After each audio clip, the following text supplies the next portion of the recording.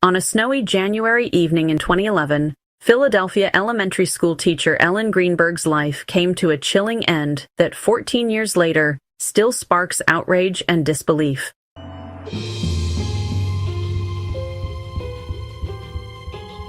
Ellen was just 27, a beloved first-grade teacher with a warm smile and a life full of promise. She was engaged to her longtime boyfriend, Sam Goldberg, and the two were planning their future together in a secure apartment complex in the Manayunk neighborhood. Friends described her as kind, bubbly, and devoted to her students.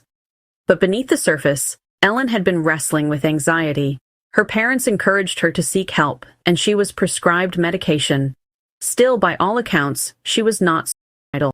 On January 26, 2011, there was a fierce snowstorm. Ellen left school early and returned home. Later, Sam said he went to the gym. When he came back, he found the apartment door locked from the inside with the swing bar engaged. Sam claimed he called and texted Ellen repeatedly, with no response.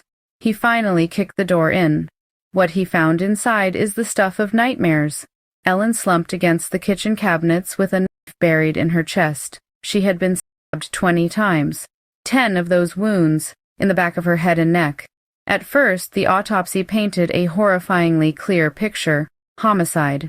Dr. Marlon Osborne, the medical examiner, noted multiple stab wounds, bruising at different stages of healing, and a fatal wound to the heart. Toxicology reports showed only prescribed levels of her anxiety medications, nothing more. But within weeks, the cause of death was changed to suicide, a ruling that shocked both Ellen's parents and seasoned forensic experts. The ruling never sat right. How could someone stab themselves 20 times, especially in the back of the head and neck? Renowned forensic pathologist Dr. Cyril Wecht went so far as to call it virtually impossible. Other experts agreed. And then there was the matter of the locked door. Police pointed to it as proof no one else could have been inside, but critics argued that swing bar locks can be manipulated from the outside. For Ellen's parents, Joshua and Sandra Greenberg, the fight for answers has been relentless. They've accused city and state officials of negligence, or worse, a cover-up. Their lawsuit against the Philadelphia Medical Examiner's Office uncovered troubling emails showing officials bickering over how to classify Ellen's death. Some even suggested political pressure may have influenced the final ruling. The judge did point out that the ruled manner of death as suicide is, quote, puzzling, and that the crime scene should have been handled differently. I'm hoping we're going to prove that Ellen did not commit suicide. That's what this is all about, justice for Ellen. It's very upsetting, unnerving. During the course of the morning, I couldn't believe it was me sitting in a courtroom and hearing details of my daughter's brutal murder.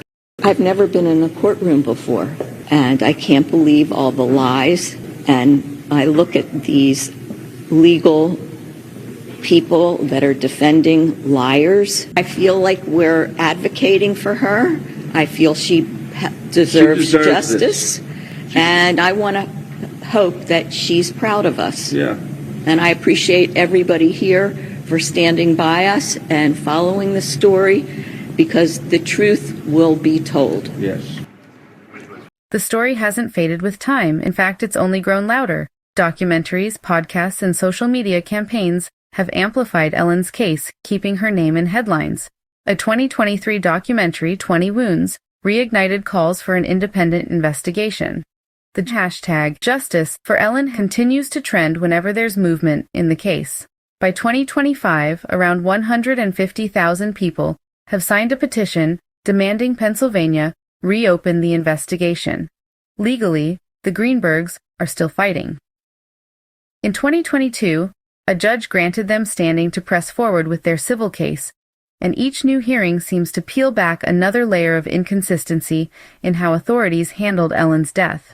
The Pennsylvania Attorney General's office is under mounting public pressure to take a second look. Attorneys for Ellen Greenberg's parents say they are fed up and tired of waiting. They're asking the city to follow the terms of a settlement agreement made months ago to complete a re-examination of their daughter Ellen's death. The city of Philadelphia agreed to pay Ellen's parents, Sandy and Joshua Greenberg, $650,000, as well as reopen the controversial investigation of Ellen's January 2011 death. In a case that's continued to receive national attention, she had been stabbed upwards of 20 times with a kitchen knife to the front and back of her body. Then later, the ruling was flipped. Officials labeled Ellen's death as suicide. That stunned Ellen's parents, and they have fought since then, challenging the city's designation. The Greenberg's attorneys accused police and the medical examiner's office of an unlawful conspiracy to stop a murder investigation that had been grossly mishandled by investigators. Right before the city settled with the Greenbergs back in February, the former medical examiner who performed Ellen's autopsy made a sworn declaration that, given new information in the case, he believed Ellen's manner of death should be designated as something other than suicide. The Greenbergs are asking the city to comply with the settlement agreement. There has been more than enough time to complete the re-examination. The city had promised that they would do so expeditiously, which means very promptly, that the clients would then get a final determination. And given all the evidence to date, we were pretty confident that the only conclusion the medical examiner's office could reach is that Ellen didn't commit suicide. We asked the city's law department about the delay. In an email response to us, they told us that the city will be in contact with the Greenbergs' lawyers and that the review is now actively in progress. Meanwhile, Sam Goldberg has kept almost entirely silent. He's never been publicly accused of wrongdoing, but speculation about his role continues to swirl in online forums and true crime circles. By staying silent, whether to shield himself from scrutiny or to leave the past behind, he has only intensified the intrigue.